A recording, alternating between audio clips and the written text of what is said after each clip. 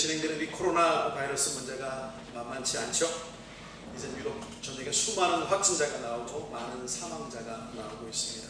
유크레인에도 우리 확진자가 나오는데 이탈리아에 단일 차량가라고 하는데 사실은 더 많은 사람이 있을 것처럼 느껴집니다. 제가 잠깐 유튜브를 통해서 뭘 하나 보는 게 있는데 북한에는 말할 수 없이 지금 수많은 사상자가 나오고 있는데 그 문단속 때문에 알려지지 못하고 있다.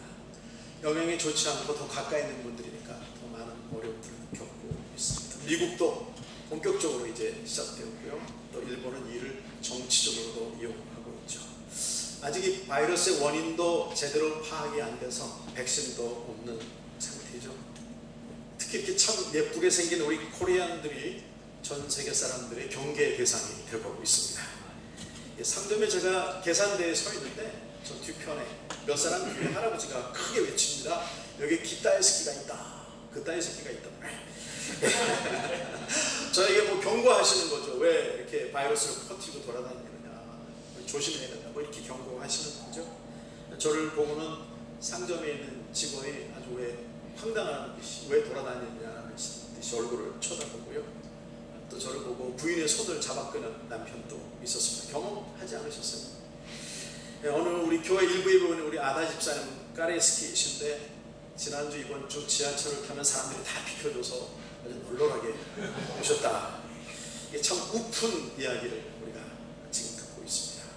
이 한국은 경제적인 손실이 굉장히 커서요. 1·4분기의 경제 성장률이 마이너스 1%라고 말하고 이제 미국에서 노골적보다 말하죠. 여행 비즈니스에 관련된 게 다 지금 죽어가고 있어서 26%가 이미 죽어있다. 라는 말들을 합니다. 경제가 안 돌아가죠. 우리 마음이 불안하죠. 이 곤란한 시기에 우리가 할 것은 무엇이겠느냐? 무엇을 할 수 있다고 생각하십니까? 무엇을 어떻게 할 수 있는 것입니까? 오직 한 가지 할 수 있습니다. 그것은 기도하는 것입니다. 지금이야말로 기도할 때입니다. 기도해야 하는 이유를 좀 몇 개 들어볼까요? 기도는 모든 질병을 물리치는 능력을 가지고 있기 때문이죠. 또 기도는 우리의 공포, 불안감을 떨치게 하는 능력을 또한 갖고 있기 때문이죠. 기도는 세상을 이기는 오직 하나의 방법이기 때문입니다. 하나님이시지만 이 땅에 육신을 입고 오신 우리 예수님, 큰 일을 앞두고 목숨을 건 40일 금식 기도를 하셨습니다. 어느 누구보다도 육체적으로 정신적으로 피곤하셨을 터이지만 다 잠든 후에 다시 일어나 바깥으로 나가 기도하셨습니다. 제자들에게 이렇게 기도해야 한다라고 기도문도 가르쳐 주셨습니다. 제자들이 스스로 쫓아내지 못한 귀신을 예수님이 쫓아주시고 제자들이 묻습니다. 어떻게 해야 우리가 가능합니까? 예수님의 답변은 간단했죠. 오직 기도 외에는 이런 일을 할 수 없다. 마가복음 9장 28절 함께 읽습니다. 시작. 제자들이 조용히 묻자오되 우리는 어찌하여 능히 그 귀신을 쫓아내지 못하였나이까? 이르시되 기도 외에 다른 것으로는 이런 종류가 나갈 수 없느니라 하십니다. 죽은 우리를 살려 영생을 얻게 하시려는 것입니다. 그 목적을 이루기 위해 오직 한 가지를 하셨습니다. 한 가지 가장 필요한 것. 그것은 바로 기도하는 것. 그렇게 주님은 기도하셨습니다. 기도로 시작하셨고 기도로 진행하셨고 기도로 마감해내셨습니다. 그렇다면 간단하죠. 육신을 입고 세상을 사는 우리 모두는 반드시 기도해야만 한다를 말씀하시고 계시는 것입니다. 묻지도 말고 따지지도 말고 기도해야 돼. 왜 기도하냐고 물어보면 이렇게 답변할 수밖에 없습니다. 왜 1+1이 2입니까? 기도하는 것은 하나님이 정하시는 것이기 때문입니다. 그래서 이 세상을 사는 우리 모두는 원리요 원칙에 따라야 행복해질 수 있다는 것입니다. 먹어야 산다 당연히 다 알고 있습니다. 하루 3끼를 먹습니다. 이런 예상치 못한 세계적 바이러스가 그런 공포가 시작되니까 어느 나라에서는 먹거리가 떨어질까봐 내가 먹지 못해 죽을까봐 사람들이 집에 사재기를 시작합니다. 호주에서 보니까 티슈, 화장실을 사느라고 여자분들이 싸우는 것들이 떴습니다. 지난 주간에 프라하에 있는 후배 목사님이 잠깐 다니러 왔는데 체코에서도 뉴스에서 코로나 바이러스 19가 아주 심각하다라는 얘기가 나오자 다음날 큰 상점에 갔는데 밀가루와 스파게티가 하나도 없더라. 당장 배고픔, 육신을 위해서는 먹거리 확보를 위해 온 힘을 다합니다. 그러나 이보다 더 소중한 것, 기도는 잃어버렸습니다. 흙으로부터 지음받아 흙으로 돌아갈, 먼지로 사라질 것을 알면서도 당장 배고픔, 육신을 위해서는 죽지 않으려고 온갖 힘을 기울이지만 더 중요한 것, 영적인 것, 세상을 이기는 참 힘이 되는 것, 기도의 가치를 모릅니다. 기도 안 하고 있습니다. 아니 하는데요, 네, 너무 좋습니다. 무엇을 위해 기도하십니까? 내 마음대로, 내 계획대로 내가 원하는 것을 위해서 기도하죠. 주세요, 빨리 주세요, 이것 좀 주세요, 이거 왜 안 주세요? 나를 위해 기도하고, 내가 중심된 기도하고, 좀 더 나가면 가족들을 위해 기도하죠. 내 아들이 좋은 직장에 가게 해주세요. 내 딸이 좋은 사람 만나 결혼하게 해주세요. 그래서 넉넉하게 세상을 부자로 행복하게 살게 해주세요. 우리 많은 순간의 기도를 단순히 내가 필요한 것들을 구하는 방법으로만 생각합니다. 아니, 그것을 위해서라도 기도하면 참 다행이죠. 지금 우리는 기도해야 될 때입니다. 무엇을 위해? 내가 아니라 이웃들을 위해, 병든 이들과 그들을 돌보는 사람들을 위해 기도하고, 이미 사망한 분들과 가족들, 그리고 치료법이 속히 나오기를 기도해야 됩니다. 하나님의 자녀된 우리는 어려운 시기 속에서 기도해야 될 의무와 책임감이 있다. 아멘. 그러면 기도할 때 어떤 일들이 일어나나? 예수님은 죽은 나사로의 무덤 앞에 서서 손을 들고 기도하십니다. 나사로야 나오라 라고 말씀하시자 죽은 나사로가 동여맨 채로 무덤 밖으로 나왔습니다. 그 말은 기도하면 죽는 자가 살아난다. 아멘. 요한복음 11장 함께 읽겠습니다. 41절 시작. 예수께서 눈을 들어 우러러보시고 이르시되 아버지여 내 말을 들으신 것을 감사하나이다. 항상 내 말을 들으신 줄을 내가 알았나이다. 그러나 이 말씀하옵는 것은 둘러선 우리를 위함이니 곧 아버지께서 나를 보내신 것을 그들로 믿게 하려 함이니이다. 이 말씀을 하시고 큰 소리로 나사로야 나오라 부르시니 죽은 자가 수족을 배로 동이채로 나오는데 그 얼굴은 수건에 쌓였더라. 예수께서 이르시되 풀어놓아 다니게 하라 하시니라. 자, 또 보십시오. 사도 바울과 실라가 빌립보까지 가서 복음을 전했습니다. 그곳에서 귀신 들린 여종이 점치는 것을 보고 안타까워 그 귀신을 쫓아 죽었습니다. 문제가 이렇게 생겼습니다. 여종의 주인이 알고 보니 그들이 귀신을 쫓는 바람에 여종이 점쳐서 버는 수입이 내게 돌아오지 않습니다. 바울과 실라를 정부에 고발해 버렸습니다. 자, 이제 바울과 실라는 감옥 속에 갇히게 되었습니다. 자유가 부족된 상황, 언제 무슨 일이 어떻게 생길지 모르는 상태, 죽을지도 모르는 공포의 순간입니다.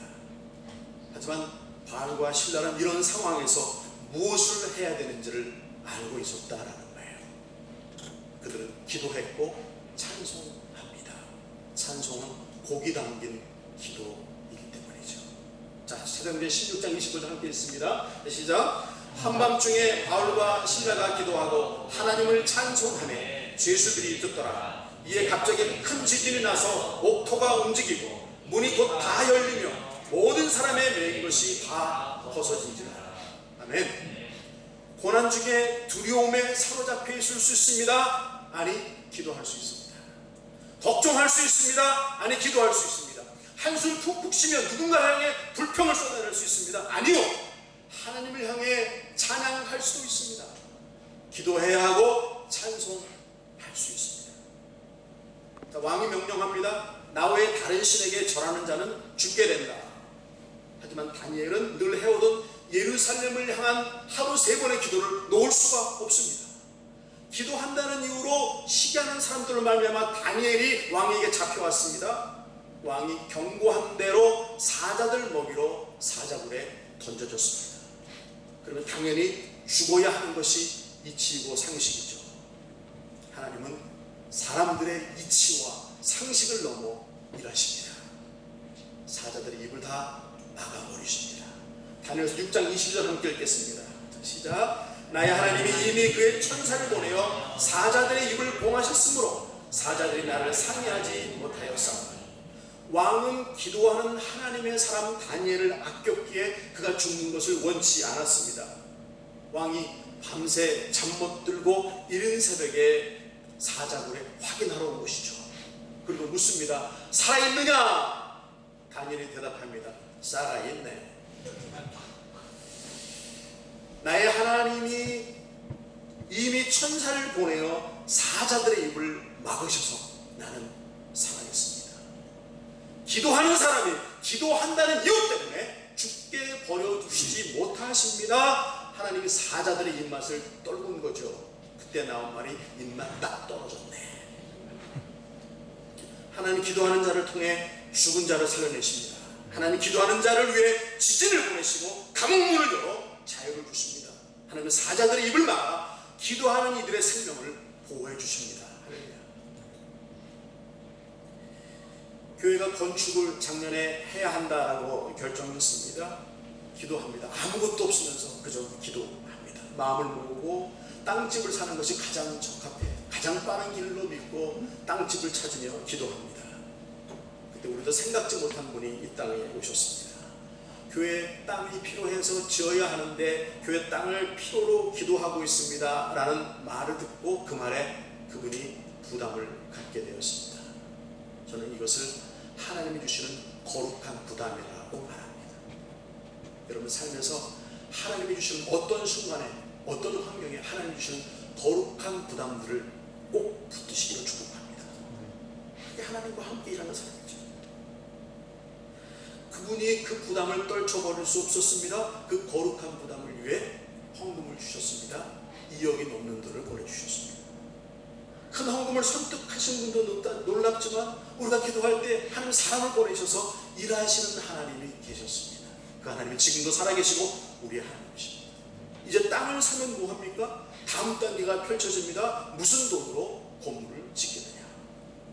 건설업자가 이렇게 말합니다. 돈을 마련한 다음에 시작해야 시간도 절약되고 돈도 절약된다. 그건 누가 모르나요? 가진 돈이 없는 게 문제죠. 기도했을 때에 기적적으로 사람을 보내셔서 땅을 사게 하신 하나님을 믿으십니까? 아멘. 그렇다면 그 하나님을 믿으면 계속 기도하는 거죠. 내가 할 수 있는 최대한, 내가 할 수 있는 가장 마음을 쏟아 하나님께 그 일을 위해 헌신할 수 있는 최대한을 하며 기도하는 거죠. 저는 생각했습니다. 이제 교회 조감도가 나오고 예산이 완전히 확장된 다음에 몇몇 분에게 보내야지 라고 마음에 두고 기도하는 분들이 있었습니다. 그런데 아직은 보낼 수가 없는 상황이었죠. 그림도 모르겠고 얼마나 져야 될지도 모르는 상황이죠. 지난주에 그 중에 한 분에게서 카톡이 새벽에 왔습니다. 목사님, 잠깐 저에게 지난해에 교회 건축을 한다는 말씀을 하셨는데 그 후로 아무 말씀이 없으셨는데 어떻게 진행되는지 알고 싶습니다. 상세히 알려주세요. 저는 참 돈 말하기 힘듭니다. 건축 헌금 괜히 말했다가 퇴짜 맞을까봐, 마음 상할까봐 말 못하겠습니다. 그런 말 했다가 그분 저와 관계 끊어질까봐 말 못하겠습니다. 그분에게 부담 줄까봐 말 못하겠습니다. 이런저런 생각 때문에 창가에 서서 손들고 매일 기도합니다. 그런데 그분이 교회 건축의 일을 잊지 못하시고 다시 기억하셔서 저에게 물어보셨습니다. What's going on? 제가 바깥으로 나와 소파에 앉아 기도한 다음에 한참을 썼습니다. 또 바꾸고 또 쓰고 브리프하게 아주 간단하게, 그건 아주 긴 문장으로 쓸 수밖에 없었습니다. 그 전에 땅을 빼앗기게 된 일, 그래서 교회가 차지 못하고 여러분들 전전긍긍하며 새로 살아왔던 일, 그리고 이제 좀 지날만 한데 쫓겨나야 되게 된 일, 그리고 이제 땅을 기적적으로 구입하게 된 일, 그리고 한 60만 불 정도가 필요하지 않을까요? 라고 써서 보냈습니다.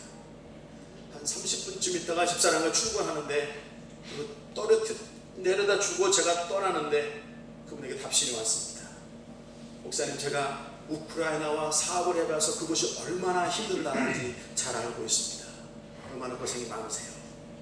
제가 4월 말까지 3억을 보내겠습니다. 그분이 벌써 1억을 보내셨습니다. 제가 차를 길에 세우고 울고 있었습니다.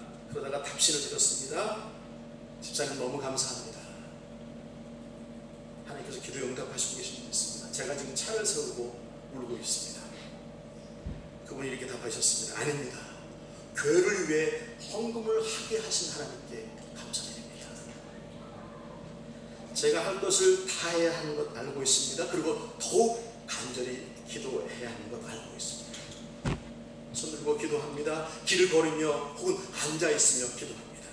지금 할 수 있는 것 최선의 것은 기도밖에 없기 때문이죠. 자, 이제 시작입니다. 놀랍게 하나님이 일하시고 계십니다. 하나님이 기도를 통해서 일하시고 계십니다. 자, 스가랴 10장 1절 함께 읽겠습니다. 시작. 봄비 때에 여호와 곧 번개를 내는 여호와께 비를 구하라. 무리에게 소낙비를 내려서 밭의 채소를 각 사람에게 주리라. 우리가 비를 만들어내지 못합니다. 하지만 우리는 기도할 수 있습니다. 비를 구하면 넉넉한 소낙비를 밭과 사람들에게 허락하신다. 기도에 관하여 예수님이 이렇게 말씀하셨습니다. 누가복음 11장 9절입니다. 1절 시작. 내가 또 너에게 이르노니 구하라 그러면 너에게 주실 것이요 찾으라 그러면 찾을 것이요 문을 두드리라 그러면 너에게 열릴 것이니 구하는 이마다 받을 것이요 찾는 이가 찾을 것이요 두드리는 이에게 열릴 것입니다. 간단해요. 구하면 주신다, 찾으면 찾게 된다, 두드리면 열린다. 가만히 있으면 아무것도 못 받는다. 내가 구하고 찾고 두드릴 때 얻는다. 말씀을 정리합니다. 우리에게 이미 주신 하나님의 최강력한 무기가 있습니다. 바로 기도입니다. 세상 권세자분 어떤 악한 존재, 그 사탄의 모든 것들을 이기도록 하신 하나님의 능력이 이미 나에게 주어져 있는 줄로 믿습니다.